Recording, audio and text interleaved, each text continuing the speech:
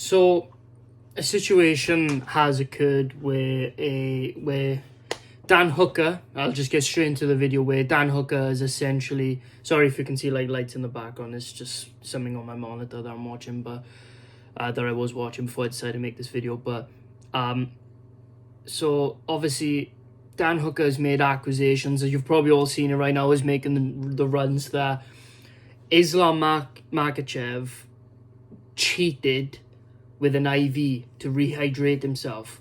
Now, for you guys that don't know, if you get caught using an IV to, if it's proven that you've used an IV to rehydrate yourself, then that's essentially, I think at like bare minimum, that's essentially a 2-year suspension.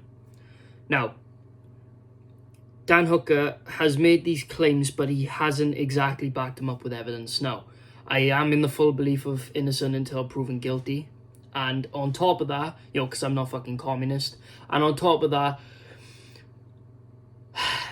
you don't have to dispute claims if there's no evidence to allude to that you might have been able to do it. But here's the thing. There is somewhat evidence of this, not only a little bit. Now, there was photos taken. Obviously, you get your media obligations, and there's photos taken during the fight, the ceremonial weigh-in, stuff like that. Now, this guy, I can't remember his name on Twitter, just waffling a bunch of bullshit, trying to defend Makhachev, saying, oh, look, this was taken before the fight, and it's clearly a bruised mark where you would put an IV. Now, the most common places of an IV is the back of the hand and in the vein here, right? So, like, about here, somewhere there, right? I'm not a very veiny guy, but somewhere here, right? So, now, that's one of the most common places, and there's a clear bruise, right? A clear bruise. I'll show the photo like of him, like it's like a photo shoot with him holding the belt, and there's a clear bruise there. Now, then the guy shows a during the fight photo where the bruise isn't there, right? But this guy is waffling bullshit because I seen a photo of the ceremonial weigh-ins. Now, the reason I waited so long to talk about this situation is because I wanted to see what gets presented first. I wanted to see if anybody has photo evidence, this and that. Now I've made, now I can make a video on it, because now I've seen certain things, I've seen people talk, and I've thought about it for a bit, right? Because I like to think before I speak. Now, I seen a photo of the ceremonial weigh-ins. Now, the light in this photo, you'll see it pop up. It's directly hitting Volkanovski with him flexing. You can see the shading of his right arm underneath Makhachev here. And you can see on Makhachev's left arm, that bruise is there. That bruise is there, and the mark is there. It's quite clearly there. And that's during the ceremonial weigh-in, so that's after the actual weight cut. And Michael Bisping has even come out and said that the production team told him and all them that do not be surprised if Makhachev misses weight because he's had a terrible weight cut. They said this during the Oliveira fight, before the Oliveira fight as well. So keep that in mind. So he's had a terrible weight cut. There's a shorter rehydration time during this. Now, I'm not saying that Islam did this, blah, blah, blah, blah, right? Yes, there's marks there, and that alludes to, it's the same as Usman's acne on his back, the clear symptoms that he's said. Usman's clearly, in my opinion, I think Usman's on HGH. He's clearly on HGH. But I'm not going to go out and say like, oh, I can prove this and blah, blah, blah, blah. His own words speak for themselves. Him talking about he got joint pain, he's got this and that, which is clear symptoms of HGH. He can't even run. And the other stuff, the increased cardio with how big he actually is and the fucking power and stuff like that, it makes sense, right, with the cardio. But I ain't gonna, you know what I'm saying? But that's photo evidence right there that needs to be taken into consideration. The fact that that mark is there, and that's where IVs go most of the time. Now, like I said, I think they're slightly more common in the back of the hand, but they can go there. Now, with the shorter rehydration clause in Australia, it makes sense, but here's the thing. I do believe in innocent until proven guilty. I'm not a little commie bastard, so, you know, we need to take our time with this, but it's on Dan Hooker now to kind of prove or present evidence that would allude to Makachev actually doing this. Because if he doesn't, you know what Ali the terrorist is going to do, man. And I can comfortably call him a terrorist because I know he is. It's proven, right? That's in his criminal record, man. But he's going to come out and he's going to file a lawsuit against Dan Hooker for defamation, which is very possible. You can do that in America, man. Which I believe is a good thing. If somebody comes out and makes wild, false accusations against you that could ruin your reputation, ruin your last name, you know, your name, your last name, your family name, and can ruin everything, your life, and it gets proven to, and they can't prove that that's true, then yeah, I believe you should be able to file for defamation. Like, you tried to ruin my life. I get that. So if Dan Hooker or his manager or somebody that's close to the situation doesn't provide anything, then he's going to get sued. But I think it's true because of the confidence of Dan Hooker in the way that he said it in the tweets. He kept tweeting about it, and I know he didn't present evidence, which I wanted him to present, but it's the fact that no hesitation, and he still hasn't taken down the tweets, I don't think. And he just left them up there. Now, he has a very smart manager, because this is another thing I want to talk about. Now, Volkanovski did an interview with Ariel Helwani, and this was a pre-recorded interview. And Volkanovski was talking about, essentially, what's 81 kilograms or something in pounds, because he heard that's what Makachev blows up to after the weight cut. And you can see Volkanovski turn towards it. His manager's out of the frame, right? But his manager's there. He's clearly his manager. And he says like, something like, I want to tell him so bad. I'm paraphrasing here, but he said something like, I want to tell him so bad. And then you can hear his manager say, just tell him. And then Volkanovski goes, I guess you blow up. I guess you blow up in weight quick. So, paraphrasing, obviously, but he says something along the lines of, I guess you blow up quick on an IV. So Volkanovski didn't come out angry or something like that, because personally, watching back the fight, I thought Volk won that fight. I thought he won round 3, 4, and 5, but that's just my opinion. But very close fight, though, razor close. It is debatable. I won't call it a robbery, but yeah, I'm still pound for pound number one, though. But yeah, like, he didn't come out angry. He didn't say, oh, Makachev's definitely doing this, blah, blah, blah. But he did allude to the fact of an IV, and they kind of made jokes about it. Now, this is interesting. Sorry if the lights are, like, distracting. I'll try and do that. Right, it's better. Sorry if the lights are distracting, but yeah. So, it kind of alludes to the fact that, like, it's a smugness and, like, it's like a cockiness in the way that he's saying it, like as if he knows. Now, Dan Hooker said that Makachev hired a nurse to say this, so now if somebody can provide evidence and get the nurse to talk about it, then this is interesting now, right? But like I said, the confidence in the way that Dan Hooker said it shows to me that it's got to be true.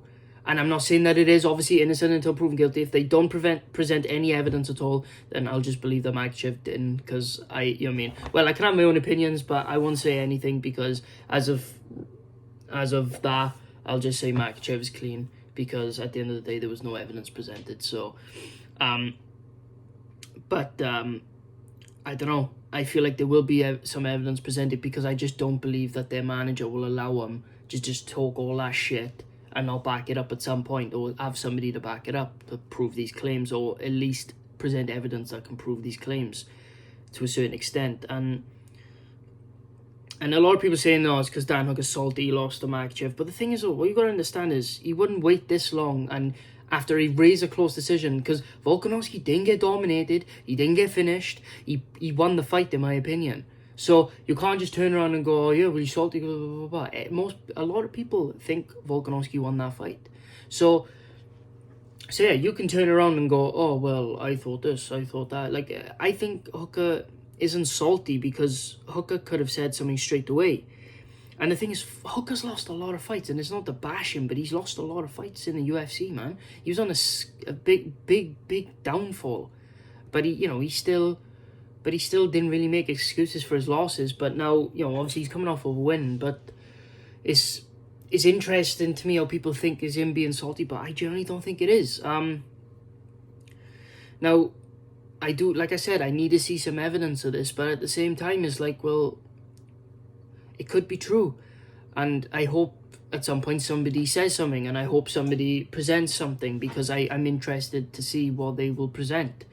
It's an interesting scenario, and the thing is like, even the fact that Volkanovski was alerting to it before Dan Hooker's tweets. I forgot to mention, this was before Dan Hooker's tweets. The fact that Volkanovski smugly brought it up, or you blow up quick on an IV, to Ariel Helwani, and Ariel Helwani didn't go, what do you mean? So they've clearly talked about this, and then afterwards, that's when Dan Hooker makes these claims. So to me, I think they have something on him.